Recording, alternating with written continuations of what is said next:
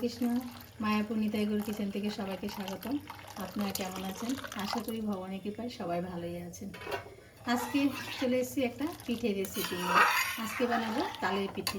এখানে দেখতেই পাচ্ছেন, এখানে আমি দুধ আর তাল, এই যে তালের পালটা বের করে দুধের সাথে ভালোভাবে ফুটিয়ে নিচ্ছি। আর এখানে দিয়ে দিচ্ছি দুটো তেজপাতা, আর এখানে দিয়ে দিলাম দুটো এলাচ। এবার ভালো করে ফুটিয়ে নিচ্ছি। আর এখানে পিঠের জন্য নিয়ে নিয়েছি শুকনো চালের গুঁড়ো। এই যে চালের গুঁড়োটা, শুকনো চালের গুঁড়ো। এখন এটা একটু ফুটতে দিচ্ছি। এখানে দিয়ে দিচ্ছি এই যে ঘরে বানানো ঘি, 1 চামচ ঘি দিয়ে দিচ্ছি, একদম খাঁটি ঘি। ঘিটা দিয়ে ভালোভাবে ফুটিয়ে নিচ্ছি।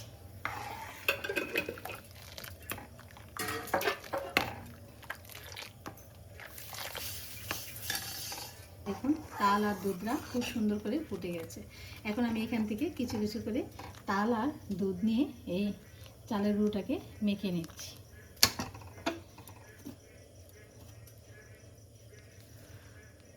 এই যে অল্প অল্প করে দিতে হবে, যতটা লাগবে।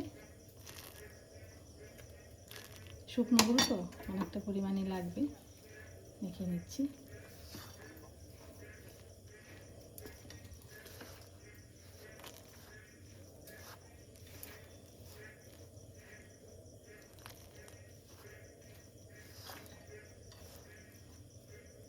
এই যে দেখুন, আমি ওই গামলাটা থেকে ঢেলে নিলাম, যেহেতু এটা একটু বড় গামলা, তার জন্য।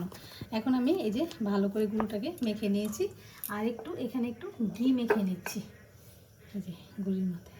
তাহলে খুব সুন্দর ঘিয়ের একটা ফ্লেভারও আসবে, আর সুন্দর মাখাটা খুব সুন্দর হবে।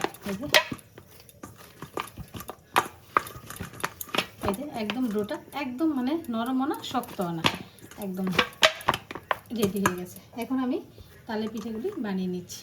এরকমভাবে হাতে নিয়ে নিয়ে বড় বড় করে শেপ দিয়ে এরকমভাবে।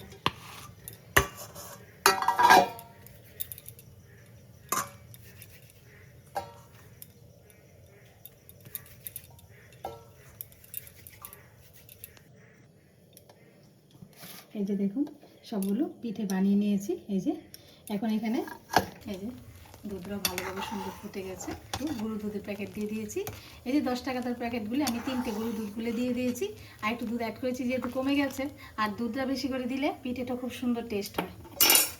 এখন আমি সব পিঠেগুলি দিয়ে দিচ্ছি আস্তে আস্তে করে।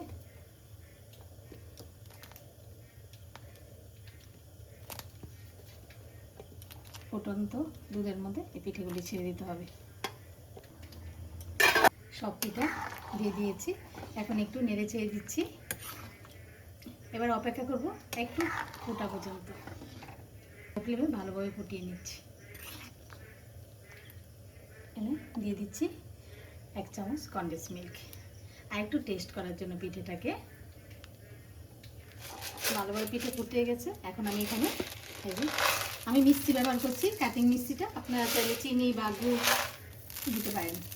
এই যে মিষ্টিটা যা যা পছন্দ মতো, যেহেতু কনডেন্স মিল্ক পড়েছে, গুঁড়ো দুধের দুধ দিয়েছি, তার জন্য চিনি মিষ্টিটা আমি এতটাই দিলাম। বেশি কড়া মিষ্টি আমরা একটু মিষ্টিটা কম পছন্দ করি, মানে লাইট মিষ্টি, তার জন্য। সেটা স্বাদ মতো আপনারা যারা অনেক ভালো বেশি কড়া মিষ্টি পছন্দ করেন, তারা সেই বুঝে মিষ্টিটা ব্যবহার করবেন। দেখুন, পিঠে খুব সুন্দর এই যে সিদ্ধ হয়ে গেছে, পিঠেটাও সিদ্ধ হয়ে গেছে, আর দুধটাও অনেকটা ঘন হয়ে গেছে। ভালোভাবে ফুটিয়ে নিয়েছি। এবার আমি গ্যাসটা অফ করে একটু কিছুক্ষণ ঢাকা দিয়ে রেখে দেবো। একদম আরেকটু ঠান্ডা হবে যখন, আরেকটু ঘন হবে।